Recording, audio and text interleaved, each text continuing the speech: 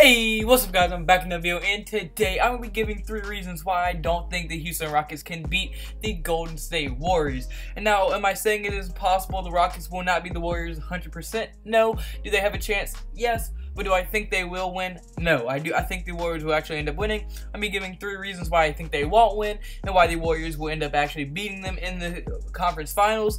So yeah, so before I get into the video, if you do like the video at any point, hit the like button if you really like the video. And really want to help me out, hit the subscribe button too. So without further ado, without me running on too much, let's get right into this video. Alright, so my first reason in this video is going to be the Warriors play championship basketball. And what I mean by that is the Warriors play very good team ball. Despite having the stars that they do play very well in team ball, as they are ranked first in assists per game, while the Rockets, they don't pass the ball nearly as good, as they are ranked 27th in the league, despite having one of the best point guards in the league, and definitely one of the best shooting guards in the league, if not the best shooting guard in the entire league, and he's most likely going to win MVP. And another thing that shows that the Rockets aren't a very good team ball team is that they are ranked first in isolation plays per game, while the Warriors are ranked 30th. Now, I mean, this might be a good thing for some teams, but with how good the Warriors play on help defense and all together, that isolation basketball will not be able to work, and they're actually going to have to get the teams, like their entire team involved, which they obviously lack in being able to do, and they won't be able to just play one-on-one like they've been doing to everyone all year. And then also, the Warriors are ranked #1 in off-ball screens per game, while the Rockets are ranked 27th. So the Rockets are pretty much all isolation. Their entire offenses are all based around isolation plays, while the Warriors, they set screens, run, pass, everything, really play championship basketball, and that is how you win championships. So if the Rockets expect to beat the Warriors playing the way that they've been playing all year against these other teams, well, they're going to have a different thing coming, and they're probably going to end up getting beat fairly bad. I mean, just because of how greatly coached the Warriors are, and just how much experience and I don't know, they just know how to win games and play championship ball, and maybe the Rockets don't really know how to do that yet. But now my second reason is going to be the Rockets cannot guard the Warriors. Now hold up, before y'all just jump down my throat, slit my throat, cut off my dick, anything, just hear me out. So yes, the Warriors have a great offense, and the Rockets, they just don't match up well, because the Rockets, they can play defense, and don't get me wrong, I mean, Steph Curry and Klay Thompson are going to have a very hard time with James Harden and Chris Paul. Trust me, that's going to be a very good matchup. That's not the matchup I want to talk about. The matchup I want to talk about is who's going to guard Kevin Durant and Draymond Green, because Kevin Durant is already one of the best scorers in the entire league, and no one can guard him. Literally, no one can guard Kevin Durant. That's just because of how good he is. But when you look at who they're going to have to put on him, it'll most likely be Trevor Ariza. Now, Ariza is a decent player that's a veteran, but I don't think he's athletic enough, fast enough, or plays good enough defense. He's decent on defense. He's a main 3 and D player, but I don't think he's going to be able to even... Kevin Durant probably will average damn near 30 points per game on Trevor Ariza's head this series. So I think that's going to be a huge mismatch, Trevor Ariza, on that. But then you even look at Draymond Green. Now, Draymond Green, he's not a beast of a scorer. I mean, he can get hot and start scoring, but he's mostly of a hustle player, defensive player, rebounding player. You know, that kind of enforcer, that glue that holds the team together.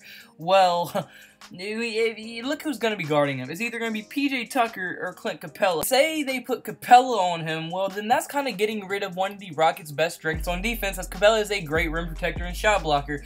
But if he has to expand out to guard Draymond Green, because Draymond Green can shoot a 3 a little bit, so he has to at least respect his shot just a little bit, which would make him get out, and that would take him out of the paint, which is a huge, that would hurt the defense completely on him. But then if you put PJ Tucker on him, then Draymond Green is going to completely take PJ Tucker out of the game and just not let him score. And PJ Tucker is a big part of their scoring. Not a big part, but I mean, he can put up about 10 points per game, and that's the difference between winning and losing a game, especially against a team like the Golden State Warriors. So it's either you let PJ Tucker pretty much get taken completely out of the game and let Draymond Green get about his 12 to 14 points per game, or put Capela on him but take Capela out of the lane and then leave wide open areas for Kevin Durant to drive, Steph Curry driving, Klay Thompson to drive. It's kind of pick your poison with the Warriors. You can't, I think the Pelicans, did it decently well. You can't take everything away from the Warriors. You can't just cut the head of the snake off because they have 80 heads on the fucking Warriors, and it pisses you off. Now, as a Pelicans fan, it hurts me to say, but we were able to take Kevin Durant away for the first 2 games, but then Klay Thompson. And then when Steph Curry came back, they decided they were going to go off. So then we took Klay Thompson out of the game for a couple times, and Kevin Durant went off. And like, you just can't beat. The Warriors have so much firepower. You have to play perfect. You have to be able to take at least one of them away, and then the rest of your guys on your team, from your starters to your bench, have to play absolutely perfectly for the entire series. Unless you're the Warriors, where you can make a few mistakes here and there just because of how much firepower and your overall talent is going to be able to like pretty much make up those mistakes for you. Now, my third and final reason is going to be that the Warriors have so much more experience and chemistry in these kind of situations. I mean, just look. This is Chris Paul's first conference finals of his career. He has never made it this far in the playoffs. He should have made it, but he blew a 3-1 lead, I think, last year. So, I mean, he was very close to making the conference finals, but he never made the conference finals one time in his entire career. James Harden hasn't been this far in the playoffs since he played for OKC with Kevin Durant and Russell Westbrook.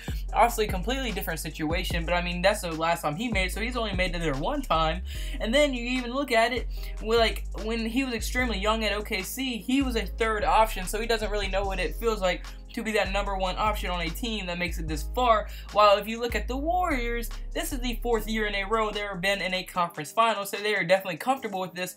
And this is the 2nd year in a row since acquiring Kevin Durant, so now Kevin Durant's even kind of fond of this and like ready for it. I mean, even before this, Kevin Durant was in the conference finals, so this is his 3rd year straight being in the conference finals. This team has tons of experience being in the conference finals, so that's going to be no pressure for him. While it might be somewhat new to the Houston Rockets, which can kind of change it up, that's a whole new thing of pressure, really. And then if you just look at their starting lineups, it's not even just that. Even their bench for the Warriors is like extremely like experienced in these type of situations. Iguodala, he's been to every finals with the Warriors since they started. Sean Livingston, I'm pretty sure, has been to every single finals with them. JaVale McGee was at last year, so this is his 2nd one. Zaza Pachulia, I think, was at 3, or this is his 2nd one too. So I mean, their bench is even extremely like warmed and like adapted to this. So it's nothing new to them. While the Rockets, on the other hand, this is pretty new to them. They're not used to it. They don't have much experience in these type of games, which can be very, very crucial to a team like the Rockets that need experience. And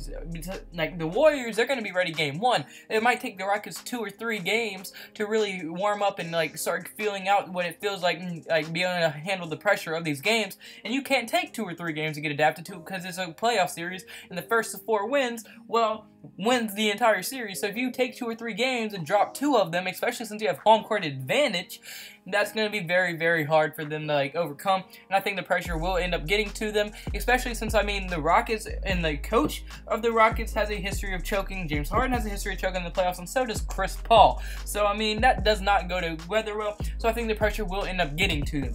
But unfortunately, guys, that's going to be it for this video. So comment below, do you think I'm right on here? Do you think the Rockets can beat the Warriors? Do you think the Warriors are going to beat the Rockets? What do you think the series score is going to be? I want to hear all your thoughts below. Please comment below. And if you have any video ideas you want me to make, please comment those below as well, because I mean, it's kind of getting hard to make video ideas up in my brain every single day. So can you just comment below what kind of video ideas you want? I will gladly make that video, as long as it's like not retarded, you know. Don't post something like make a video of making a banana sandwich. Is that even a thing? I don't think banana sandwiches are a thing. Or banana. Comment below if banana sandwiches. Okay, yeah. Anyway, so I'm gonna just end the video. So if you guys did like the video at any point, hit the like button and hit the subscribe button at the same time. I don't even know if that's possible, but just attempt to do it. All right, you got this. And I hope you have a blessed day. I hope everyone has a blessed day, and see you in tomorrow's video. Goodbye.